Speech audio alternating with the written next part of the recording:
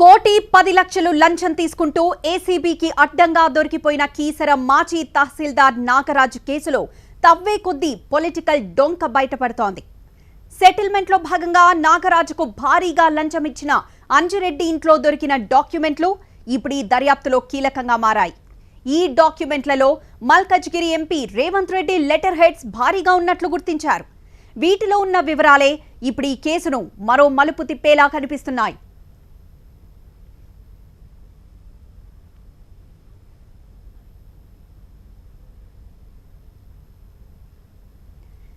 సమాచార హక్కు చట్టం ఆర్టీఐ యాక్ట్ కింద భూముల వివరాలను తెలపాలంటూ రేవంత్ రెడ్డి తన అధికారిక లెటర్ హెడ్స్ ద్వారా చేసిన దరఖాస్తులు అంజిరెడ్డి దగ్గర ఏసీబీకి చిక్కాయి.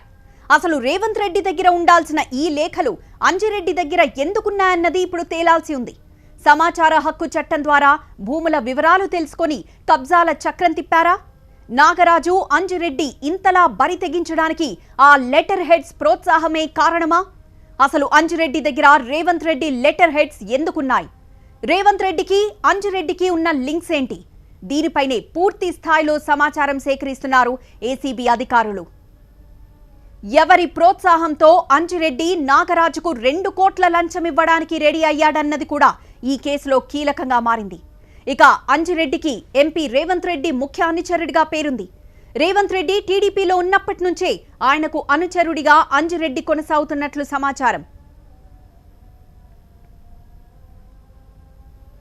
ఆర్టీఐ ద్వారా భూముల వివరాలు రాబట్టి వివాదాస్పద భూములు సెటిల్మెంట్ చేయడంలో రేవంత్ రెడ్డి ఎక్స్పర్ట్ అనే విమర్శలు, ఆరోపణలు ఎప్పటినుంచో ఉన్నాయి. తన అనుచరులతో ఆర్టీఐ పిటిషన్లు వేసి అదే అనుచరులతో బెదిరింపులకు దిగుతాడని సొంత పార్టీలోనే కొందరు నేతలు బాహాటంగా విమర్శించిన సంగతి జగమెరిగిన సత్యమే. అంజిరెడ్డి ఇంట్లో దొరికిన డాక్యుమెంట్లు అన్నీ భూముల కేటాయింపునకు సంబంధించినవి కావడంతో ఏసీబీ ఫోకస్ పెట్టింది. ఏ భూముల వివరాలు సేకరించారు? సమాచార హక్కు చట్టం కింద ఆ భూముల వివరాలు కోరడం వెనక మర్మమేంటి? అవి కిరికిరున్న భూములా లేక బెదిరించడానికి స్కెచ్ గీసారా అనే కోణంలో ఏసీబీ వివరాలు సేకరిస్తోంది. అంజిరెడ్డి ఇంట్లో ఎంపీ లెటర్ హెడ్స్ ఎందుకున్నా అనే అంశంపై అన్ని కోణాల్లో ఆరా తీస్తున్నారు. ఇప్పటికే గోపన్పల్లిలో రేవంత్ భూదందా వ్యవహారం పెను దుమారాన్ని రేపింది. ఆ విషయం రగులుతుండగానే ఇప్పుడు కీసర వ్యవహారం తెరపైకొచ్చింది. ఈ భూముల వ్యవహారంలో రేవంత్ రెడ్డి పాత్ర ఉందంటూ సొంత పార్టీతో పాటు విపక్ష నేతలు విమర్శలు చేస్తున్నారు. అయితే ఈ మొత్తం దందాలో ఏసీబీకి చిక్కిన మాజీ తహసీల్దార్ నాగరాజు, రేవంత్ అనుచరుడు అంజిరెడ్డి ఇన్వెస్టిగేషన్లో ఏం బయట పెడతారన్నది ఆసక్తిగా మారింది. ఈ కేసులో అరెస్ట్ చేసిన 4 నిందితులను 4 రోజుల కస్టడీ ఇవ్వాలంటూ ఇప్పటికే ఏసీబీ కోర్టులో పిటిషన్ వేసింది. కస్టడీలో వాళ్ల నుంచే ఈ దందా వెనక గుట్టును బయట పెట్టించాలని భావిస్తోంది ఏసీబీ. వారు చెప్పిన అంశాల ఆధారంగానే రేవంత్ దందాలపై పూర్తి స్థాయి ఆధారాలు బయటపడే అవకాశం ఉంది.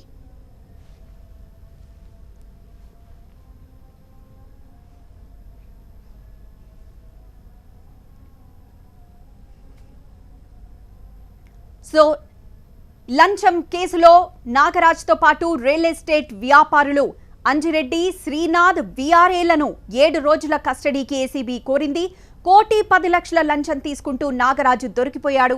కేసు విచారణ వెలుగులోకి వచ్చిన విషయం కొత్తదే అయినా అంజిరెడ్డి ఇంట్లో ఎంపీ రేవంత్ రెడ్డి ఆఫీస్కి సంబంధించిన ఆ లెటర్ హెడ్స్ ఎందుకున్నాయి? ఆర్టీఐ ద్వారా భూముల వివరాలు ఎందుకు తీసుకున్నారు? ఏ భూముల వివరాలు తీసుకున్నారు? ఈ భూముల వివరాలు తెలుసుకొని ఏం చేయదలుచుకున్నారు?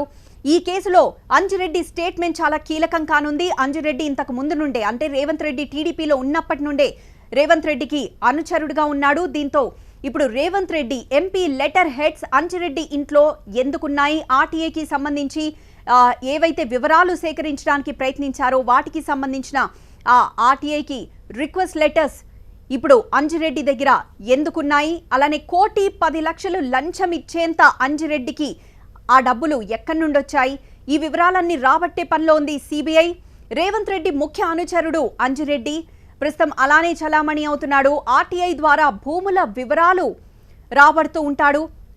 అలానే ఆర్టీఐ పిటిషన్లో భాగంగానే సంబంధించిన కొన్ని లెటర్ హెడ్స్ ఇప్పుడు అంజిరెడ్డి దగ్గర దొరికాయి. పూర్తి వివరాలు మా ప్రతినిధి విజయ్ లైవ్ ద్వారా అందిస్తారు. విజయ్, తహసీల్దార్ నాగరాజు, కాంగ్రెస్ నేత Anjireddy, MP Revanth Reddy letter heads, భూభాగోతం వెనక అందరి జాతకాలు ఇప్పుడు బయటికి రాబోతున్నాయా?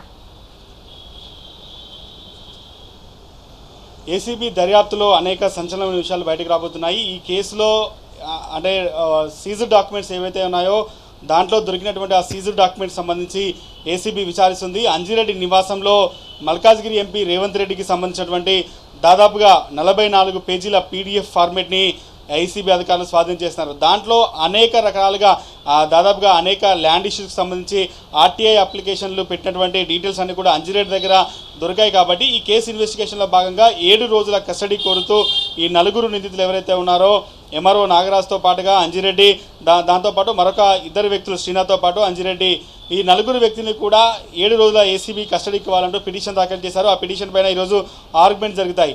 అయితే ఇదే వ్యవహారంలో అంజిరెడ్డి ఇంట్లో దొరికిన వ్యవహారానికి సంబంధించి పెద్ద ఎత్తున చర్చ జరుగుతుంది. ఎందుకంటే గతంలో ఎమ్మెల్యేగా పనిచేసిన సమయంలో కావచ్చు, లేదంటే ఎంపీగా అయిన తర్వాత కూడా పెద్ద ఎత్తున ఆర్టీఐ అప్లికేషన్లు వేసి దానికి సంబంధించినటువంటి భూ డాక్యుమెంట్స్ అన్నీ కూడా తీసుకొని, భూ వివరాలు తీసుకొని దానికి సంబంధించినటువంటి ఏవైతే వ్యక్తులు ఉంటారో వాళ్ళని కొంత బెదిరిస్తారనే ఆరోపణలు రేవంత్ రెడ్డి ఎదుర్కొంటున్నారు. కాబట్టి ఇప్పటికీ సొంత పార్టీలో సైతం అదే రకమైనటువంటి ఆరోపణలు కూడా వస్తున్న నేపథ్యంలో ఈ అంజిరెడ్డి దగ్గర ఈ 42 పేజీల లెటర్ హెడ్స్ ఎందుకున్నాయి, ఈ లెటర్ హెడ్స్లో ఉన్నటువంటి అంశాలు ఏంటి అనేవి ప్రస్తుతం విచారణ జరుపుతున్నారు. దాంతోపాటుగా ఏసీబీ కస్టడీకి అంజిరెడ్డిని తీసుకున్న తర్వాత ఆ లెటర్ హెడ్స్లో ఉన్నటువంటి మేడ్చల్ సంబంధించినటువంటి జిల్లాకు సంబంధించినటువంటి ల్యాండ్కి సంబంధించినటువంటి డీటెయిల్స్ కావచ్చు, ఆర్డీఓకి రాసినటువంటి లెటర్స్ కూడా ఉన్నాయి. కాబట్టి వాటికి వీటికి ఎటువంటి సంబంధం ఉంది, అటు రేవంత్ రెడ్డి అనుచరుడిగానే అంజిరెడ్డి చెలామణి అవుతున్నటువంటి నేపథ్యంలో ఆయనకు ఈయనకున్నటువంటి సంబంధాలపైన కూడా ఏసీబీ పూర్తి స్థాయిలో విచారణ జరిపేటువంటి అవకాశాలు అయితే కనిపిస్తుంది. ఏసీబీ ఇన్వెస్టిగేషన్ ఇప్పటివరకు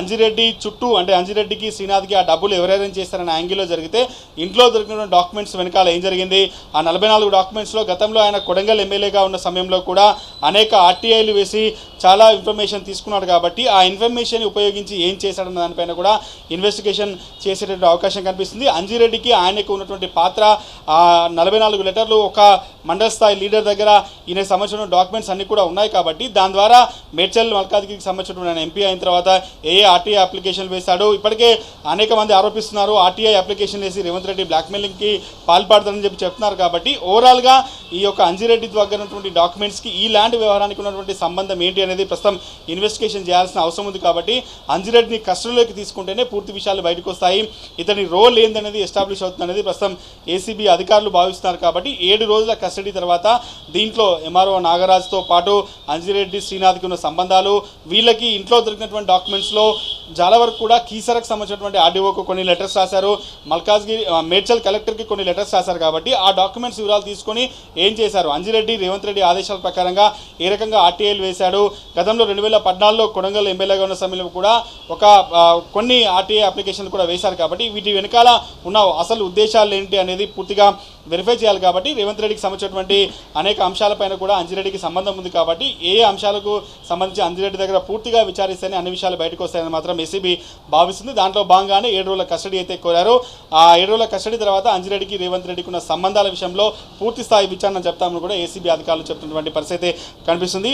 నాంపల్లి ఏసీబీ కార్యాలయం కేంద్రంగా ఈ ఇన్వెస్టిగేషన్ జరుగుతుంది. కాబట్టి ఏసీబీకి సంబంధించి 7 రోజుల పిటిషన్ అలో అయితే గిట్లా దాంతో అంజిరెడ్డికి ఈయనకున్నటువంటి పాత్ర, ఎందుకంటే 44 పేజీల డాక్యుమెంట్స్లో చాలా అంశాలు కూడా భూములకు సంబంధించినటువంటి అంశాలు ఉన్నాయి. కాబట్టి ఆ భూములు ఎక్కడ కీసర్తో పాటు మేడ్చల్, దాంతోపాటు గుడ్లపోచంపల్లి, చాలా ఏరియాకి సంబంధించినటువంటి ప్రైవేటు భూములకు సంబంధించినటువంటి ల్యాండ్స్ కావచ్చు, ప్రభుత్వ భూములకు సంబంధించినటువంటి ల్యాండ్స్ను వివరాలు అడిగారు. ఈ వివరాలు అడిగి ఏం చేశారన్నది కూడా ఏసీబీ తేల్చాలి. కాబట్టి ఇప్పటికే చాలామంది ఆరోపిస్తున్నారు రేవంత్ ఈ రకంగా ఆర్టీఐలు వేసి బ్లాక్మెయిల్ చేశారన్న ఆరోపణ కూడా ఎదుర్కొంటున్నారు. కాబట్టి ఒకవేళ ఈ భూ దందాకు సంబంధించి భూ వ్యవహారాల్లో ఏదైనా పాత్ర ఉందా, ఈ పర్టికులర్కి ఈ 1,10,00,000 లంచం తీసుకుంటూ దొరికినటువంటి వ్యవహారం పైన కూడా అంజిరెడ్డికి ఇతనికి ఎటువంటి సంబంధం ఉంది, ఆ డాక్యుమెంట్లో ఉన్న ల్యాండ్ వివరాలతో దాంతో ఏం చేశారు, ఎందుకంటే అంజిరెడ్డి ఇంట్లో దొరికాయి కాబట్టి ఒక ఎంపీకి సంబంధించిన లెటర్ హెడ్స్ ఆయన దగ్గర ఎందుకున్నాయి, ఈ కోణంలో పూర్తి స్థాయి దర్యాప్తు జరపాలంటే ఇన్వెస్టిగేషన్లో భాగంగా కస్టడీకి కోరారు కాబట్టి అంజిరెడ్డిని పూర్తిగా విచారిస్తేనే అంజిరెడ్డికి రేవంత్ రెడ్డికి ఉన్నటువంటి